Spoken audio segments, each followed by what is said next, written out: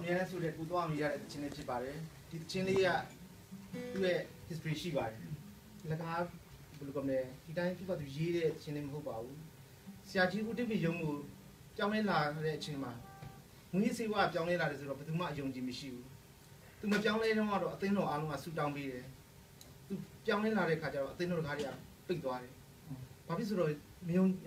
မူကြီးစေဝါသမားတယောက်ပြောင်းလဲလာတယ်ဆိုတော့ဘယ်သူမှအယုံကြည်မရှိဘူးအဲအကြောင်းလို့သူကလမ်းဘေးမှာတရားဟောရတယ်ဈေးတွေမှာဟောရတယ်ယထာဘော်တွေကားဘော်တွေမှာဟောရတယ်အဲ့အချိန်မှာရှမ်းပြည်နယ်လွယ်လင်မြို့ရောက်သွားတယ်ရောက်သွားတဲ့အချိန်မှာဒီဟာဟိုတချို့သိမယ်ပေါ့နော်ဆရာစန်းကျော်တင်ဆိုတာဆရာစန်းကျော်တင်တို့နဲ့တူဟောတယ်ဆရာစန်းကျော်တင်တို့အဲ့တော့ကတော့ကလေးတွေပဲပေါ့အဲ့အချိန်မှာဆရာကြီးဦးတိဖေရုံနဲ့အဲ့မှာတူဟောတဲ့အခါကျတော့ဈေးထဲမှာဟောတဲ့အခါကျတော့ရဲတွေကလာဖမ်းတဲ့အခါကျတော့ရဲစခန်းကိုရောက်သွားတယ်ရောက်သွားတဲ့အခါကျတော့ရဲစကန်မှုကမေးတယ်ခင်ဗျာဘာလို့အဲ့လိုလိုက်ခေါ်နေရလဲဆိုတော့မဟုတ်ဘူးကျွန်တော်ကိုယ်တိုင်မြန်မာရန်ခရစ်စစ်တဲစေကျွန်တော်ကဖောင်နာဖြစ်တယ်အဲအကြောင်းကျွန်တော်ကိုယ်တိုင်ကျွန်တော်ရဲ့ခွင့်ပြုချက်နဲ့ကျွန်တော်လိုက်ခေါ်တာဖြစ်တယ်ဆိုအဲ့မှာဖျားသခင်အကြောင်းတွေကိုသူပြောပြတယ်သခင်ယူကရိန်းတော်နဲ့မိတ်ဆက်ပြီးခဲ့တဲ့အခါကျတော့စကန်မှုကြီးကအရင်အားနာသွားပြီးတော့ကဲကျွန်တော်သုံးဆောင်တဲ့လက်ဖက်ရည်တောက်ပါ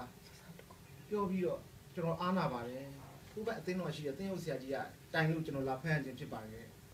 အဲကြောင့်လို့အဲ့အချိန်မှာဆရာစလိုင်းသွားအောင်လည်းအရန်ကိုစိတ်မကောင်းဖြစ်ပြီးတော့ကျွန်တော်ယုံကြည်သူတွေအများကြီးတည်းမှာဒီလိုမျိုးတိုက်ခိုက်တွေရှိတယ်ဆိုတဲ့အခါမှာသူအဲ့လိုမျိုးမခံစားနိုင်တော့ဘဲနဲ့ဒီသချင်းလေးကိုသူရေးထွက်ခြင်းဖြစ်ပါတယ်အဲ့သချင်းလေးကိုကျွန်တော်သိဆိုခြင်းပါတယ်ကျွန်တော်ဒီက event လေးလုပ်တဲ့အခါကျတော့အရန်ခက်ခဲနေမယ်ဆိုတော့ကျွန်တော်သိပါတယ်ဘာဖြစ်ဆိုတော့ဒီမှာဆိုသူများတွေဆိုပြောတယ်ဂီတာတစ်လုံးရှိရင်အသင်းတော်တစ်ပါးဖြစ်တယ်တဲ့အဲ့ဆိုတော့ဒီလောက်များပြားတဲ့ခန်းကနာတွေအဖွဲ့အစည်းတွေအများများကျွန်တော်တို့စီမှာဆိုအရန်ကိုခက်ခဲပါတယ်တချို့ဆရာတွေဆိုရင်နေုံမသွားချင်းကျွန်တော်တို့ဆိုအများနဲ့ကျွန်တော်တို့ကပြောတယ်ကျွန်တော်ကတကယ်တောကျတောင်ကြားသွားရင်ကျွန်တော်ကအရင်ပြောတယ်ဘာဖြစ်လို့တချို့ဆရာတွေဆိုရှိတယ်အဲ့လိုမျိုးတချို့အဖွဲ့တွေကြတော့မြို့ကြီးသာသနာမြို့ရဲတွေမှာပဲခေါ်ချင်ကြတယ်ပေါ့နော်ကျွန်တော်တို့အရင်ခက်ခဲပါတယ်တချို့အဆုံးတိုင်အောင်တက်ဆုံးတိုင်အောင်ဘုရားသခင်ကိုသစ္စာရှိပြီးတော့နေတောကျတောင်ကြားတွေမှာအသက်ပေးပြီးတော့လှုပ်သွားတဲ့သင်းဆရာကြီးတွေရှိပါတယ်ဒါပေမဲ့ကျွန်တော်တို့ပြောချင်တာကတော့အဲ့လိုမျိုးအခက်အခဲတွေအများကြီးရှိနေပြီမဲ့လေဒါပေမဲ့ဘုရားသခင်အဖြစ်နာနေကျွန်တော်တို့အားလုံးလက်တွဲညီပြီးတော့ဥတီချက်တစ်ခုလေနိုင်ငံတော်အတွက်အားလုံးအလုပ်လုပ်ကြပါဆိုကျွန်တော်အားလုံးပြောချင်ပါတယ်အဲ့တခြင်းလေးကိုသွားအောင်ရေးခဲ့ခြင်းဖြစ်ပါတယ်အဲ့ခြင်းလေးဆိုချင်ပါတယ်